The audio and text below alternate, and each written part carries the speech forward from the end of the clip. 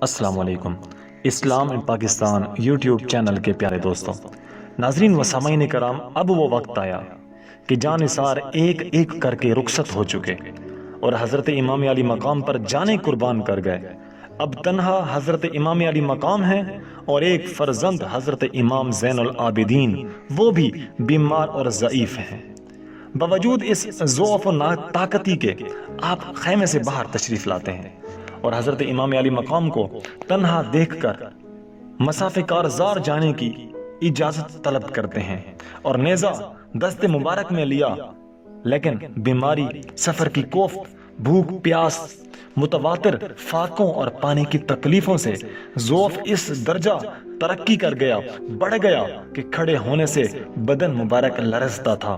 باوجود اس کے ہمت مردانہ کا یہ حال تھا کہ میدان جانے کا عزم کر لیا اور اجازت طلب چاہیے۔ حضرت امام علی مقام نے فرمایا، جانے پدر لوٹ آؤ، میدان جانے کا قصد نہ کرو، میں کنبہ، قبیلہ، عزیز و اقارب، خدام، موالی جو ہمراہ تھے راہ حق میں نثار کر چکا ہوں، اور الحمدللہ ان مصائب کو اپنے جد کریم صلی اللہ تعالیٰ علیہ وسلم کے صدقہ میں صبر اور تحمل کے ساتھ برداشت بھی کیا ہے۔ تمہاری ذات کے ساتھ بہت امیدیں وابستہ ہیں۔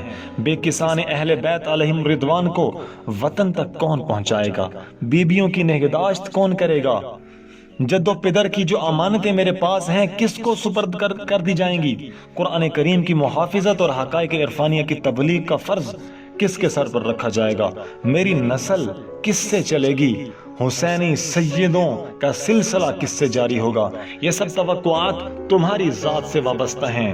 دو دمان رسالت و نبوت کے آخری چراغ تم ہی ہو، تمہاری ہی طلعت سے دنیا مستنیر ہوگی۔ مصطفیٰ علیہ السلام کے دلداد گان حسن تمہارے ہی روئے تاباں سے حبیب حق کے انوار و تجلیات کا فیض پائیں گے۔ اے نور نظر، لخت جگر، یہ تمام کام تمہارے ذمہ کیے جاتے ہیں۔ میرے بعد تم ہی میرے جانشین ہوگے، تمہیں میدان جانے کی اجازت نہیں ہے۔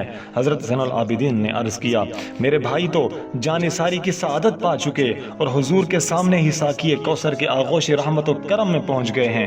میں تڑپ رہا ہوں، اے امام علی مقام مجھے اجازت عطا فرما دیجئے۔ مگر حضرت امام علی مقام نے کچھ پذیرانہ نہ فرمایا اور امام زین العابدین کو ان تمام ذمہ داریوں کا حامل بنا دیا اور خود جنگ کے لیے تیار ہو گئے۔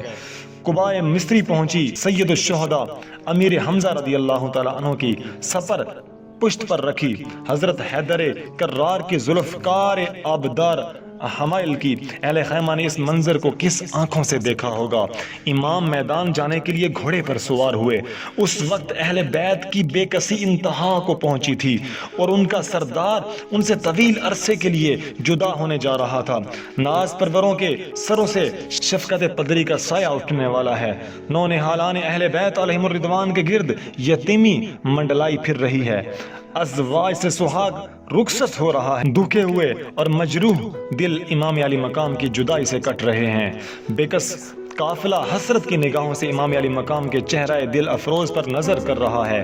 سکینہ رضی اللہ عنہما کی ترسی ہوئی آنکھیں پدرے بزرگوار کا آخری دیدار کر رہی ہیں۔ آن دو آن میں یہ جلوے ہمیشہ کے لیے رخصت ہونے والے ہیں۔ اہل خیمہ کے چہروں سے رنگ اڑ گئے ہیں۔ حسرت و یاس کی تصویریں ساکت کھڑی ہوئی ہیں۔ نہ کسی کے بدن میں جنبش ہے، کسی کی زبان میں طاقت ہے، بولنے کی ہمت ہے، آنکھوں سے آنسو ٹپک رہے ہیں اور خاندان مصطفیٰ بے وطنی اور بے کسی میں اپنے سروں سے رحمت اور کرم کے سائے کستر کو رخصت کر رہا ہے۔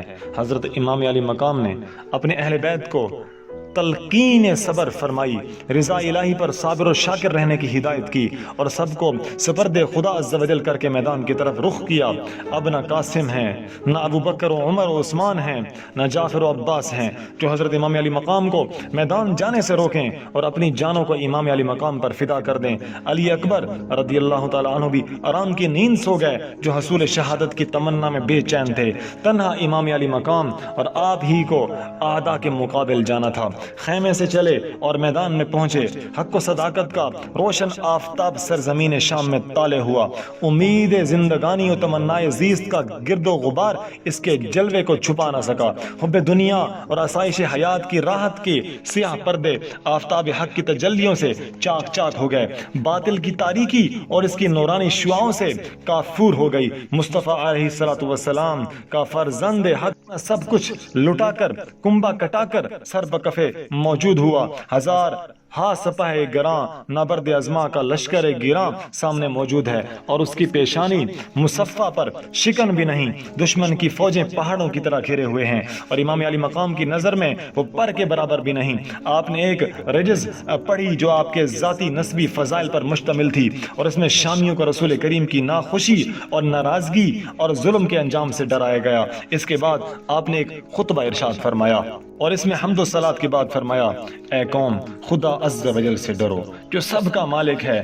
جان دینا جان لینا سب اسی کی قدرت کے اختیار میں ہے۔ اگر تم خداوند عالم پر یقین رکھتے ہو اور میرے جد حضرت سید انبیاء محمد مصطفیٰ صلی اللہ علیہ وسلم پر ایمان لائے ہو تو ڈرو کہ قیامت کے دن میزان عدل قائم ہوگی، اعمال کا حساب کیا جائے گا۔ میرے والدین محشر میں اپنی آل کے بے گناہ خونوں کا مطالبہ کریں گے۔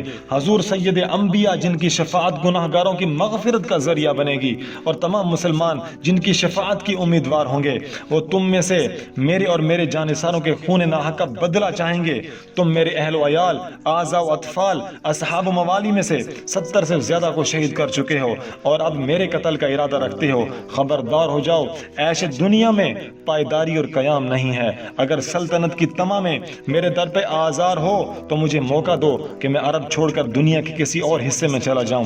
اگر یہ کچھ منظور نہ ہو اور اپنی حرکات سے باز نہ آؤ تو ہم اللہ تعالیٰ کے حکم اور اس کی مرضی پر صابر اور شاکر ہیں۔ حضرت امام علی مقام کی زبان گوہر فشاں سے یہ کلمات سن کر کوفیوں میں بہت سے لوگ رونے لگ گئے، بہت سے لوگ تڑپنے لگ گئے۔ سب کے سب جانتے تھے کہ وہ برسر ظلم و جفا ہیں، اور حمایت باطل کے لیے انہوں نے دارین کی رسیاہی اختیار کی ہے، اور یہ بھی سب کو یقین تھا کہ اب مظلوم امام رضی اللہ تعالیٰ عنہ حق پر ہیں۔ آپ کے خلاف ایک ایک جنبش دشمنان حق کے لیے آخرت کی رسوائی اور خواری کا موجب ہے۔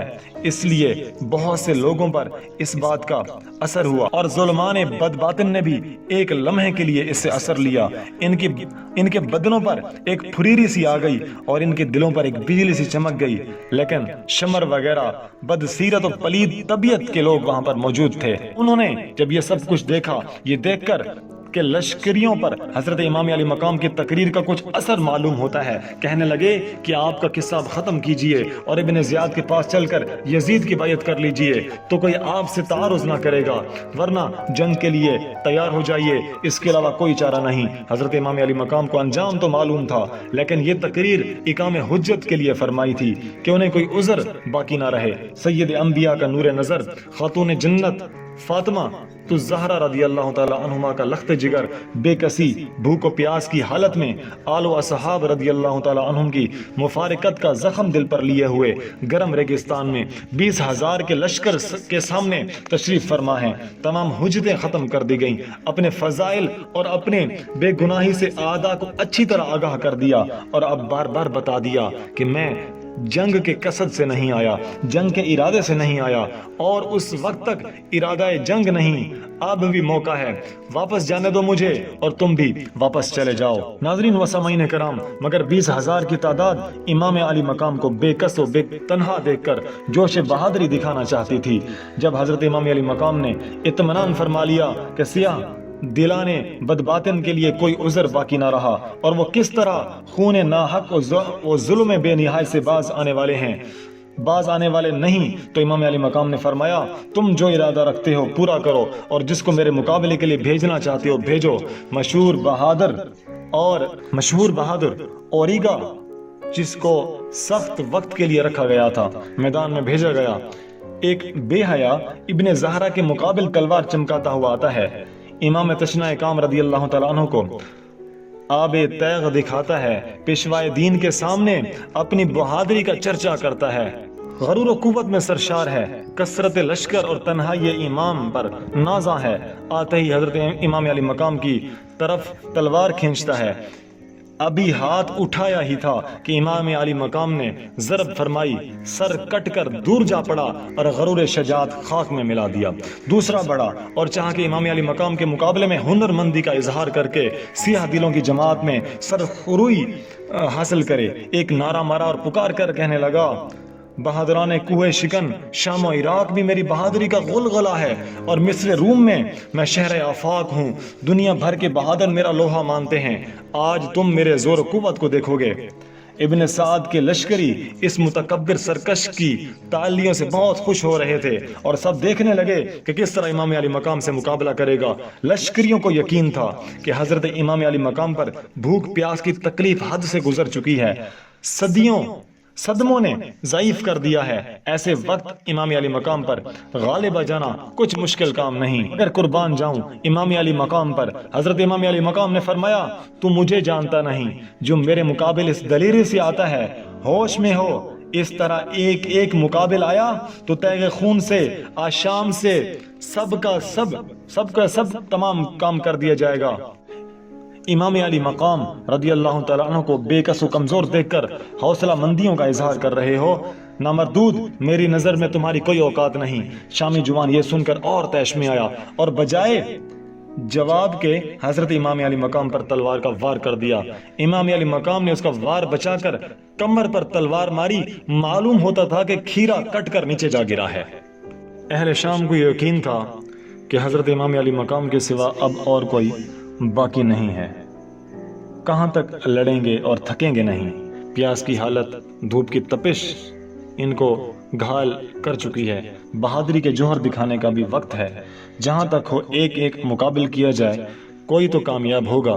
اس طرح نئے دم بدم شیر صولت امام علی مقام کے مقابل آتے رہے، مگر جو سامنے آیا ایک ہی ہاتھ میں اس کا قصہ تمام فرما دیا۔ کسی کے سر پر تلوار ماری تو زین تک کاٹ ڈالی، کسی کے حمائلی ہاتھ مارا تو کلمی تراش دی۔ جتنے بھی کفار یا کوفی یا شامی آتے رہے، آپ ان سب کو اسی طرح مار مار کر گراتے رہے۔ زمین کربلا میں بہادران کوفہ کا کھیت بو دیا۔